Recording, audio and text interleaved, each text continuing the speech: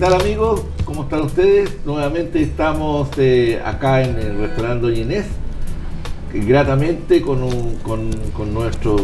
nuestra invitada nueva, Poder Ciudadano del Sur, y con mi periodista panelista de siempre, Caterina Molina Allende, y también con Alba Maldonado, quien ha venido a visitarnos y a contarnos su experiencia. Ella es socióloga y ha estudiado o ha trabajado relacionada con educación por más de 25 años. Paso a presentarla a las dos.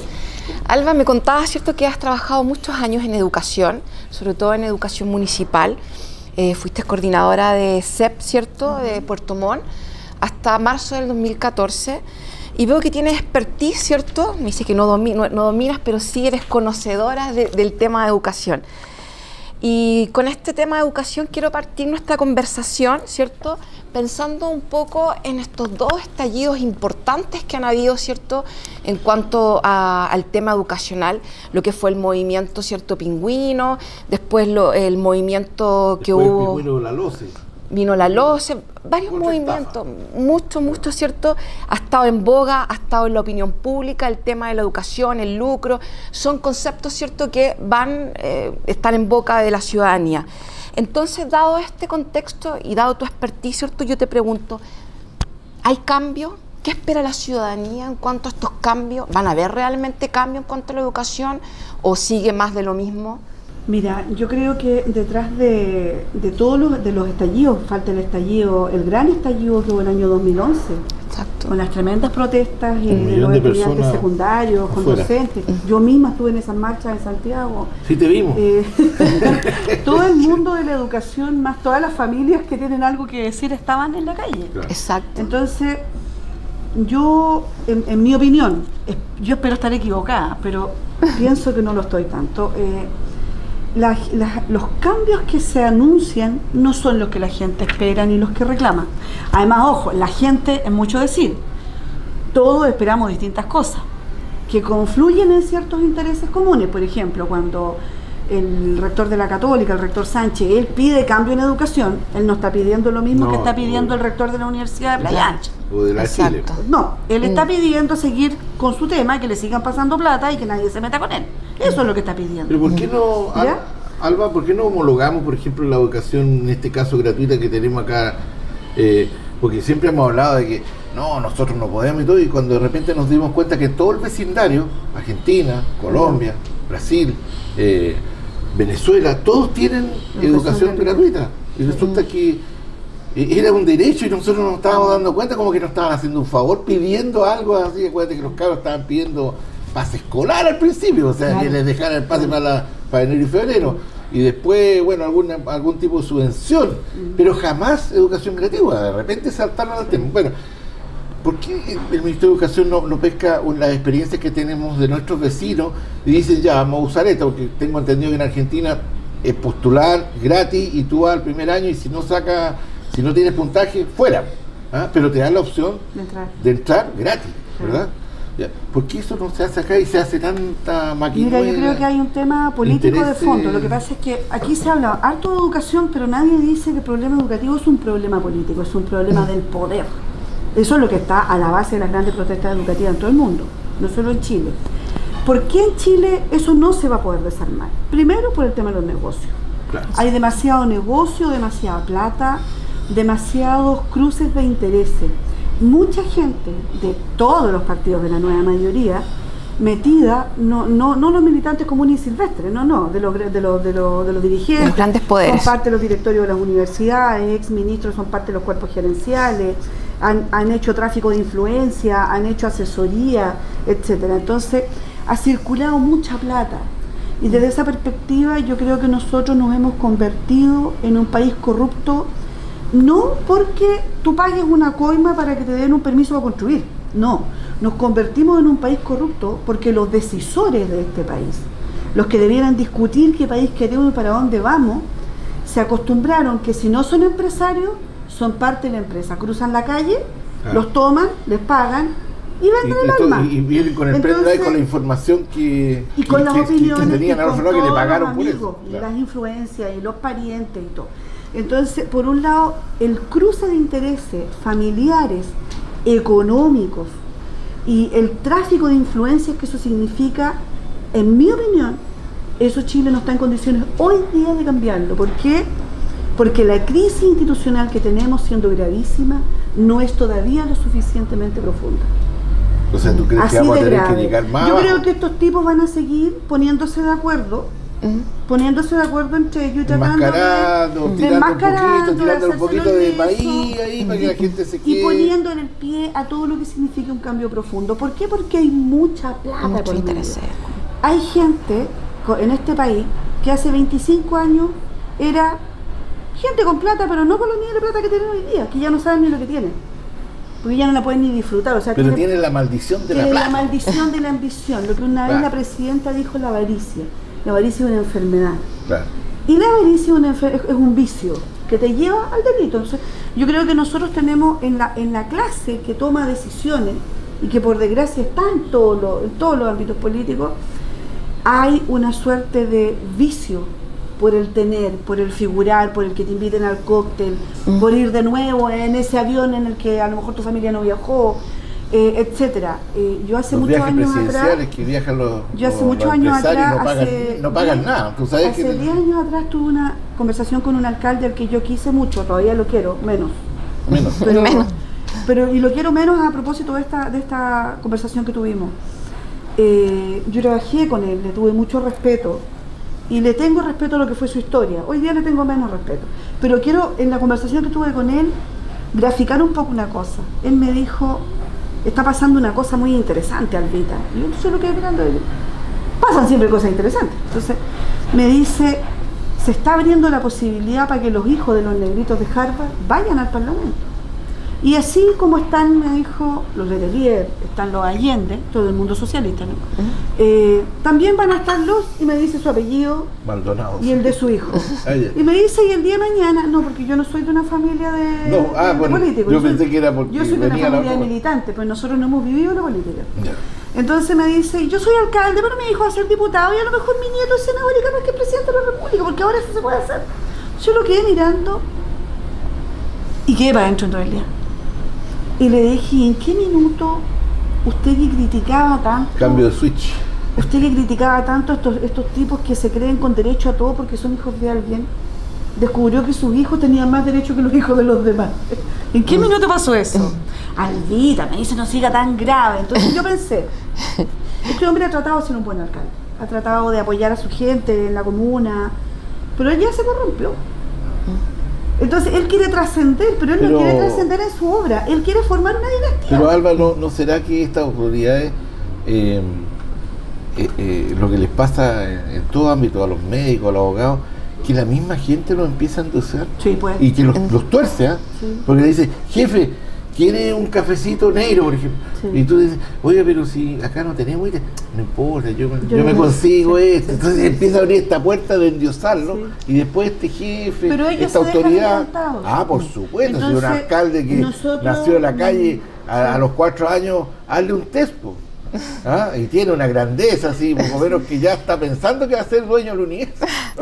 Entonces hay un tema, yo creo que nosotros tenemos como cultura, un déficit de cultura democrática muy grande, Mucho. que nos quita humildad, nos quita autocrítica y nos quita la capacidad de comprometernos en un mundo donde todos podamos tener posibilidades independientemente de nuestros orígenes. De alguna manera, todo este discurso meritocrático que hay son puras mentiras, ¿no? ¿En qué está, cierto, esta reforma educacional, cierto, en que tú acabas de decir cuáles son los intereses? ¿De qué intereses me estás hablando? El interés, cierto, de la universidad mayor, no el mismo de la Universidad del Desarrollo, en fin. ¿En qué nos encontramos? ¿En qué contexto?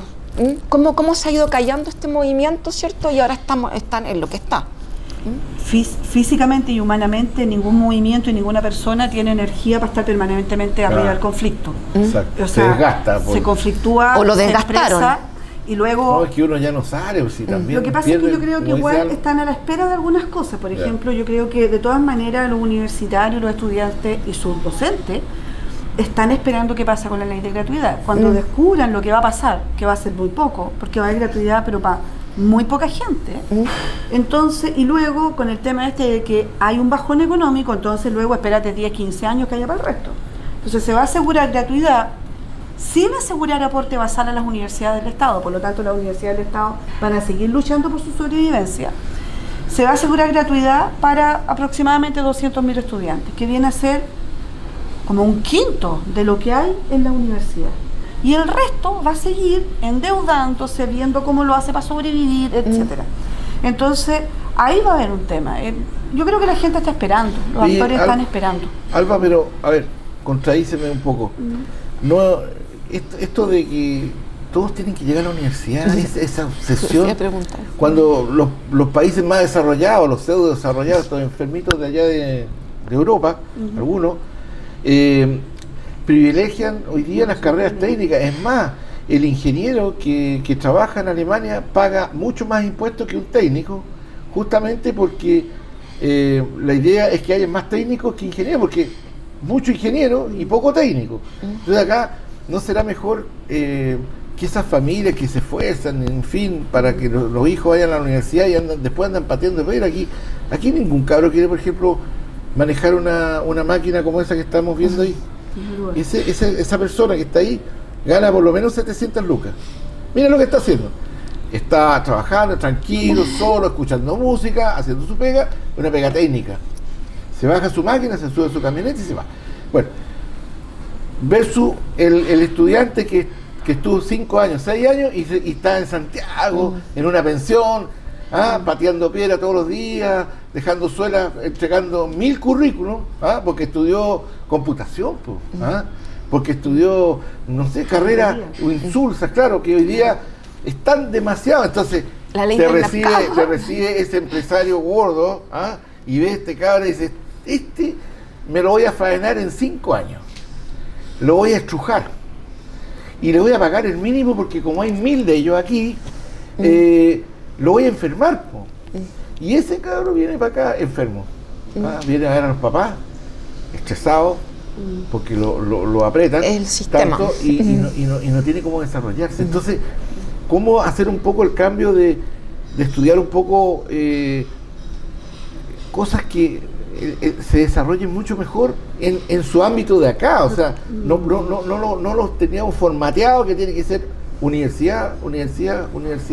Entonces, hablaba el otro día con una escultora que decía, la escultura y la pintura debería enseñarse entre 4º y 5º año de preparatoria. De ahí debería ir un ramo, para que muchos de los estudiantes tengan la opción el día de mañana de que, si tienen la habilidad, sean independientes y sean dueños de su vida, y no tengan que entrar a este formato de que, oye, esta carrera te conviene.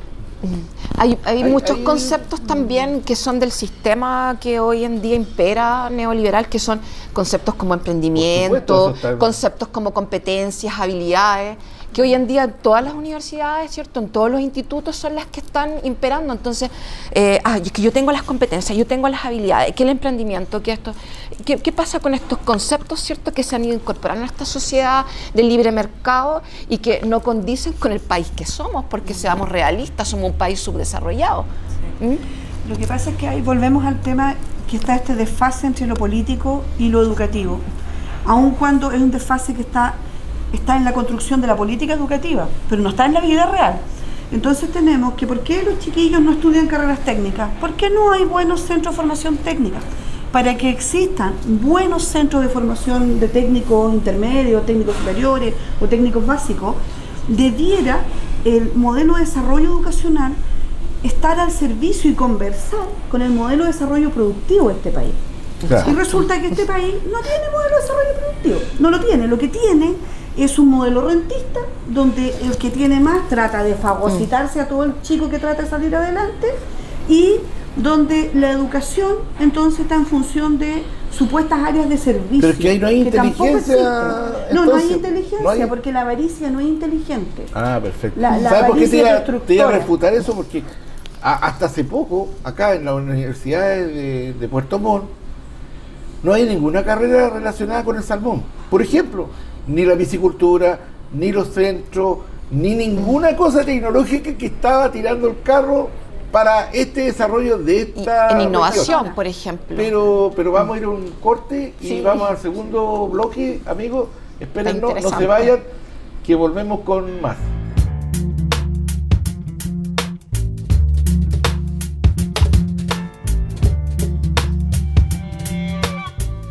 Les recordamos que nos encontramos en el restaurante de Doña Inés, ¿cierto? Donde nos recibe cada programa de Poder Ciudadano del Sur, y nos encontramos con Esteban Benavente, ¿cierto? Que nos va a contar acerca de las exquisiteces, ¿cierto?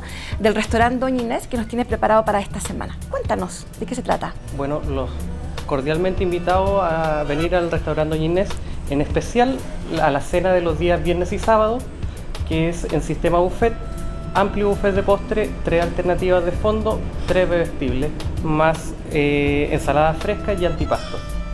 Una rica alternativa entonces para este verano, ¿cierto? Doña Inés, donde nos recibe todos los programas de Poder Ciudadano del Sur.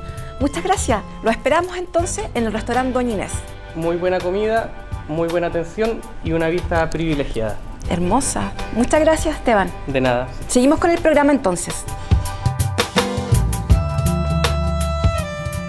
Continuamos con el segundo bloque, con esta entretenida conversación que tenemos con Caterina y con Alba. Caterina, tú habías comentado algo con respecto a lo que íbamos a ver en el segundo bloque. Sí, Contanos, estábamos querida. conversando con Alba y muy interesante, ¿cierto? Este tema, educación versus intereses económicos, ¿cierto? Claramente, ¿cierto? El sistema imperante, ¿cierto? No le interesa que la gente se eduque, que la gente sea culta, ¿cierto? Y estábamos hablando un poco de las carreras humanistas, ¿cierto? Eso que no encuentran campo. Porque la avaricia es parte de la ignorancia. Es parte de la ignorancia, Claro. exacto. Por eso que no hay inteligencia No. dentro de... Porque si todos fuéramos educados, todos ellos ganarían mucho más. Claro, o Esa es sea, la ecuación. todas estas carreras que hablábamos, humanista y a socióloga y yo periodista, claro, no les interesa mucho el sistema que la gente sea educada, porque este sistema, ¿cierto?, de poder del empresariado, ¿cierto?, quiere tener trabajadores, ¿cierto?, que son estos como autómatas, marionetas, ¿cierto? Y el que piensa un poco y el que ve más allá es un poco juzgado, ¿cierto? Y muchas veces A ese está lo fuera. compran, po. A ese lo tiran arriba Con para arriba, factura. entonces, claro, hace una boleta, va a ganar boleta, 2 una palabras. factura. Pero aléjate de los demás, me los puedes contagiar. Los puedes contagiar, hay que alejarlos, ¿cierto? En Del vez de rebaño. capacitar, claro. Del rebaño. Y hablábamos un poco del tema de la educación cívica, ¿cierto? Sí. De este ciudadano, el programa Ciudadano del Sur, ¿cierto? Este ciudadano un poco complaciente, ¿cierto? Dormido, que tiene que ver un poco de todo este tiempo, ¿cierto? En que se ha dejado de lado, que es la cultura cívica. ¿Tú nos puedes hablar un poco cómo lo has visto tú desde ¿Qué se ha hecho con protagonismo? ¿Qué se respecto a ha la cultura hecho? ¿Qué no se cívica? ha ¿Y qué hecho? viene ahora la comisión Claro. nueva? ¿Y qué se podría ¿Qué hacer un se- poco? Mira, yo de partida yo no creo que tener un ramo de educación cívica te resuelva nada en términos de aumento de la cultura democrática en las escuelas. Primero porque la democracia, como muchas otras cosas, particularmente la libertad, el opinar, se aprende opinando y tomando decisiones. Se aprende siendo sujeto de tu vida. Entonces nosotros tenemos un diseño de escuela, y cuando hablo de escuela hablo como institución, por lo tanto también involucro a los liceos y a la mayoría de las universidades. Tenemos un diseño donde el sujeto que estudia es un sujeto que aprende, entonces tiene un sujeto experto al frente, que es su docente, que le enseña, y el otro escucha y aprende. No tiene mucho derecho, No hay feedback. o no tiene ningún derecho en realidad, en la mayoría de los casos, a cuestionar lo que le están enseñando. O a decir, sabe, profe, yo también pienso algo respecto de eso. O no quiero hacer esa parte del ramo porque yo creo que los cabros más grandes, Claro. que necesitamos más esto. Y ahí lo Entonces, sanciona el profesor porque se siente porque el profesor, invadido. porque él tampoco está educado Claro. para poder ser crítico él mismo de su propio proceso de enseñanza Exacto. y de su propia condición docente. Por lo tanto, Lo sanciona. teniendo una escuela en la que el conflicto, la crisis, la crítica son vistas como enemigos, y siendo el conflicto, la crisis y la crítica el principal ingrediente del desarrollo del pensamiento humano y por lo tanto de la democracia, si vamos a la democracia, no pasa nada si tienen un ramo de educación cívica. Van a aprender lo que es el Parlamento, que por otro lado, siendo una institución necesaria, una institución súper legitimadas por las propias prácticas políticas, y los cabros van a decir, ya, y así se eligen esto. Y no va a haber mayor legitimidad del sistema por mucho que tú sepas cómo funciona o cómo se eligen. Entonces, creo yo que la educación cívica es necesaria, sí, es necesaria, pero es necesaria de la perspectiva de un cuestionamiento del currículum. ¿Qué significa eso de un cuestionamiento de cómo la sociedad, enseñamos y aprendemos? La sociedad, la nuestra, participa cuando te obligan. Entonces, o sea, cuando a ti te obligan, no te queda otra. Claro, tú tienes que pasar esta cuestión, ahí tú tomás en cuenta, pero lo mismo tú lo ves en el voto. Cuando tú tenías que obligación de ir a votar, todos iban a votar. Y intentabas pensando cómo dar vuelta al sistema, estabas a 100 kilómetros, que te iba a llegar con este otro, pero eran los menos, ¿verdad? Sí. Pero tú incentivabas a que la gente vaya a votar, que vote en blanco, pero era una actitud, había una posición, en fin, ya. Pero cuando a ti no te obligan a nada, o sea, tú exiges, pero no recibes en el fondo cuáles son tus misiones, qué es lo que tienes que hacer tú en la ciudad, ponte tú a hacer algo, un aporte. En Estados Unidos, por ejemplo, te pasa una luz roja y te dice, ¿es tu primera vez? Sí. Entonces, por ser primera vez, tienes derecho a ir a clases de manejo. Pero son 20 horas, pero 20 horas bien pegadas. O sea, nada que te diga, no, ir a fumar, no. Te muestran todos los accidentes, pero decapitaciones, en fin. Salís tan traumado de eso que tú, la verdad es que no tenés ganas de manejar más o estás mirando para todos lados, te sirve. Bueno, te dan la opción y después, la segunda vez ya pagáis parte y todo. Pero tú vas a una formación, o sea, tú tienes un deber de ir. El Estado te dice, oiga, usted cometió esta sanción, le voy a dar, si no tiene plata, va a tener que educarse. Claro. ¿Sabes? Pero te obliga. Y aquí la gente evita hacer cosas que no son obligadas. Pero ¿por qué te van quitando obligaciones? Porque en el fondo, si tú no tienes muchas obligaciones ciudadanas, tampoco exiges derecho. Porque ¿quién es el que exige derecho? El que cumple con las obligaciones.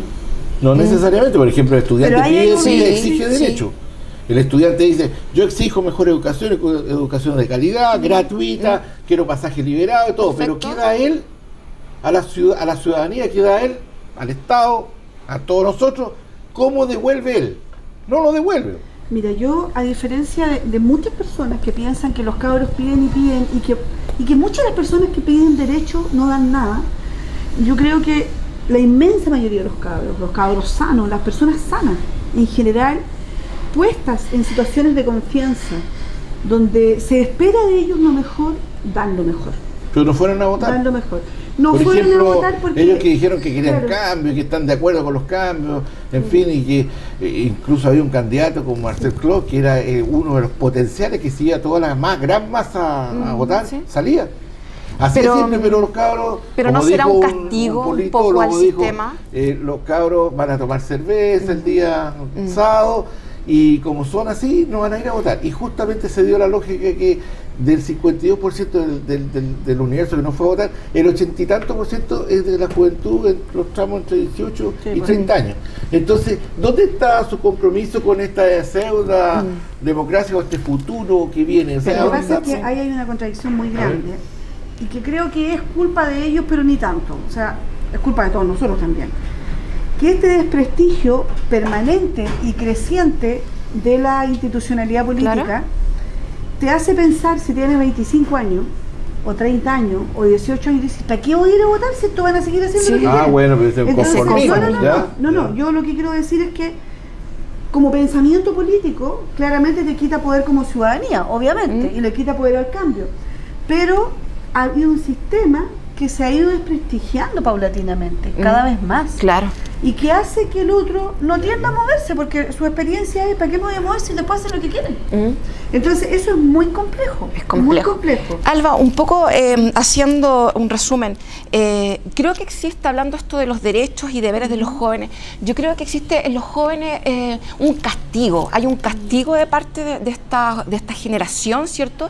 Que hablando un poco fuera de cámara, decíamos que esta generación que es hija de la generación, hija de la dictadura, ¿cierto? Estos padres de estos jóvenes somos lo que en gran medida sufrimos Somos los proteccionistas para que no pasen lo que claro, nosotros pasamos. un poco, ¿verdad? lo que nosotros pasamos. Y ese es el mal que le hemos dado a los cabros, porque hoy día no están ni ahí con en cierta forma, entonces estos jóvenes castigan a esta institucionalidad, ¿cierto? Este desprestigio que tiene, no votando, ¿cierto? No siendo partícipe, que en definitiva, si lo ponemos en una balanza, son ellos mismos los perjudicados. ¿Lo ves así un poco? Yo creo que se dan hartas cosas. Mira, por un lado se da esto que tú dices, claramente que hay una suerte de enojo, desilusión muy grande respecto de quienes fuimos la generación de los 80 en el fondo, que hoy día tenemos entre 46 y 55 años. Ese es como lo que fuimos, así vivimos duramente los 80. Y claro, protestamos y esperamos un mundo distinto y bueno, la vida es más dura que los sueños la mayor parte de las veces. Entonces, yo creo que por un lado transferimos mucha de nuestra desilusión y por otro lado está todo este modelo que te dice que si tú eres clever, te la jugáis, eres emprendedor, si eres exitoso, etcétera. En el fondo está este discurso que adora el individualismo, si eres winner, si eres ganador, competitivo. ganadora, entonces igual te va a ir bien. Entonces tú le dices a los cabros, sí, protesta y está bien, pero igual tú tenés que ahí, dale, porque vos cacháis que al final aquí no se salva solo, compadre. Esos que protestan contigo no son los que han ido a dar la prueba contigo. Entonces está de fondo, muy a la base, siempre este discurso individualista de que aquí el que se salva el que sabe inglés, entonces le enseñamos inglés a los cabros. El otro día mi hija me decía, ¿y por qué los que saben inglés no hablan castellano? ¿Por qué ellos no aprenden castellano? Están obligados como nosotros, dije yo, no es una mala pregunta. Tienes que aprender inglés. Aprende inglés el cabro, oye, ojalá supieras chino, porque eso es lo que se viene. Y el cabro termina la carrera y antes que termine los padres ya están diciendo, oye, y sería bueno que se hiciera un magíster también para que le ayude más. Claro. Y entonces tú tienes a los 28 años unos cabros llenos de títulos y postítulos que no saben nada. No son humanos. Oye, no son humanos. Pero la realidad no la conocen. Alba, los cabros no saben andar en micro. Bueno, peor. No saben andar en micro, no saben viajar, no saben nada, porque esta cúpula de que antes nosotros no íbamos en micro, si perdíamos la micro, íbamos corriendo al colegio, porque no había más micro, y era de la ETC, yo me acuerdo los buses verdes. Llegábamos cada clase igual. Claro, y llegáis. Ahora los cabros, si les falta el transporte escolar, te están llamando por tu WhatsApp y todo lo que Después hay que ir a buscarlos si ellos tienen un dolor de cabeza. O sea, es demasiada la popularidad que le dan. Los que pueden y las que pueden han construido para sus hijos un mundo súper protegido. Exacto. Que hace mal. Súper aislado y súper individual. Y sin sueños. Los cabros no tienen sueños. Ambiciones sí. Sueños no, que no es lo mismo. Porque los sueños son colectivos y las ambiciones son solitarias. Un bebé, un Audi, porque todo es materialista. La ambición es solitaria. Sí, el sueño es colectivo. Entonces, ahí hay un tema. Y luego están la gran mayoría de la población que no tiene sobreprotegido a su hijo porque no puede. Porque no puede. Que son las mujeres jefas de hogar que viven como pueden. Las mujeres que trabajan en pesquera. Los papás que trabajan todo el día. Pero perdóname una cosa, Alba. Esa mujer le compra un celular que vale 600 lucas y se endeuda. Ese es el problema. Lo conozco, lo he visto. Uno mejor que los celulares de uno. Y ella trabaja en matanza de pescado. Pero mira, yo trabajé y he trabajado harto en educación municipal, particularmente estos últimos años. Y ahí llega la gente más pobre de este país. Y yo puedo decir absolutamente que casos como esos existen, pero son minoritarios. O sea, en todo caso, la mamá está pagando una culpabilidad que no le corresponde. En una escuela de 1000 cabros, no es culpa de ella. 4 o 5 que tienen un celular de ese tipo, el resto tiene un celular como este, ladrillo, lo que puede.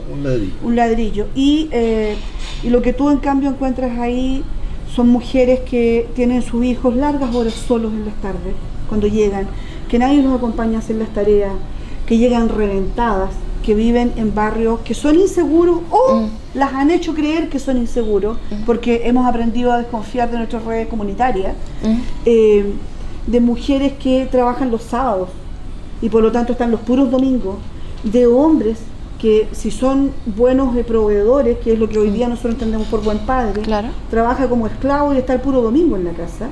Y está reventado, está cansado, está pensando cómo lo voy a hacer con esta cabra, cómo lo voy a hacer, duermen apretados.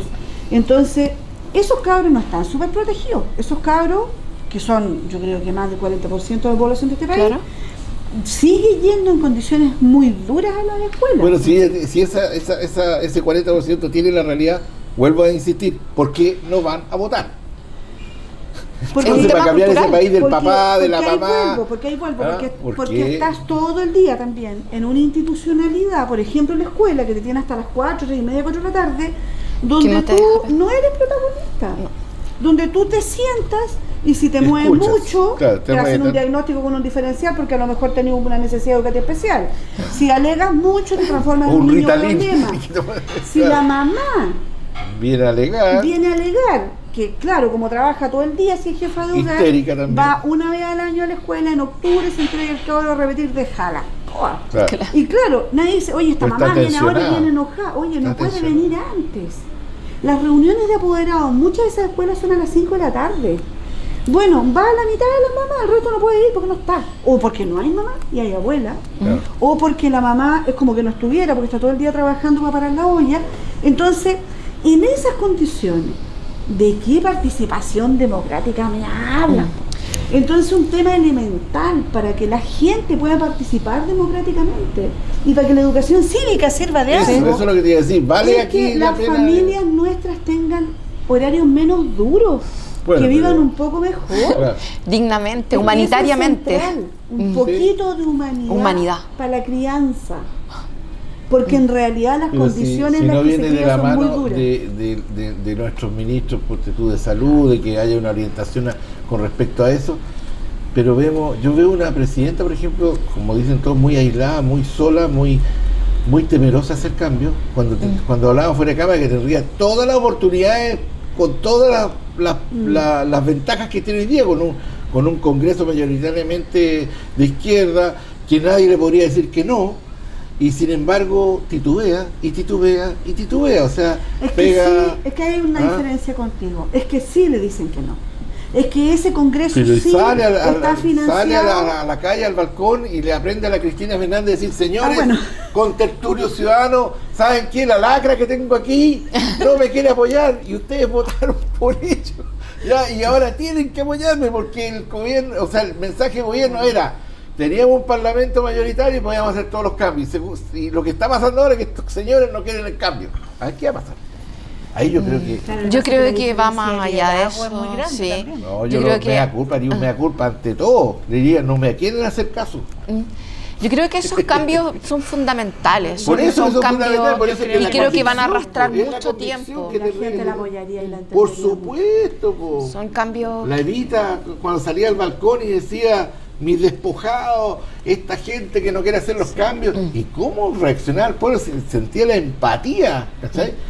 Entonces, bueno, ¿qué estamos hablando? Si querer es poder, y este programa de Poder Ciudadano ha llegado al final. Qué interesante. Sí. Vamos para la próxima semana, seguimos con el área cultural, seguimos con estas tendencias de actualidad, con estos temas que son relevantes para ustedes. Y bueno, Alba, como un minuto de reflexión antes de terminar el programa. Por favor, las cámaras son tuyas. Yo en general pienso que a pesar de todo, igual nosotros tenemos futuro, igual nosotros estamos en un país riquísimo, en un país precioso, este es un país maravilloso. Y yo creo que nosotros, la gente común, los que no tomamos grandes decisiones, los normales, lo que tenemos que ir aprendiendo es cada vez más a opinar sobre lo que nos rodea, sobre atrevernos a decir, no me gusta eso, lo quiero de esta manera. De la cola del banco, en todos lados. Sí. Atrevernos a ir a donde la vecina y decirle, vecina, ¿no le parece que deberían venir más seguido a buscar la basura? Y comenzar a perder el miedo a conversar. Pues yo pensé que la vecina iba a decir, vecina, ¿por qué no se viene a tomar un té conmigo? No era para hacer una cosa más comunitaria. Y invitamos a la vecina allá, que es media complicada, pero yo creo que los programas como esto, sí, y los programas, y yo como comunicadora, ¿cierto? Un poco para cerrar, son clave. El cuarto poder, ¿cierto? Como se llama, que es los medios de comunicación son clave, y los jóvenes y los niños tienen acceso a la comunicación, a la tecnología, y yo creo que nosotros, ¿cierto? Los comunicadores y toda la sociedad tienen el derecho y el deber, ¿cierto? De ser este perro guardián y poner en tapete estos temas. Y hay esperanza, señores. Me parece. Bueno, como dice Caterina, hay que profundizar estos temas y comentarlos y viralizarlos. Este es un programa cultural, no pretende llevarse comunicacionalmente o comercialmente a hacer este tipo de cosas, lo hacemos con mucho gusto para que llegue a su hogar y usted pueda empoderarse un poquito más, saber más, entender que hay gente que opina igual que usted y si le sirvió, encantado. Así que nos vemos la próxima semana.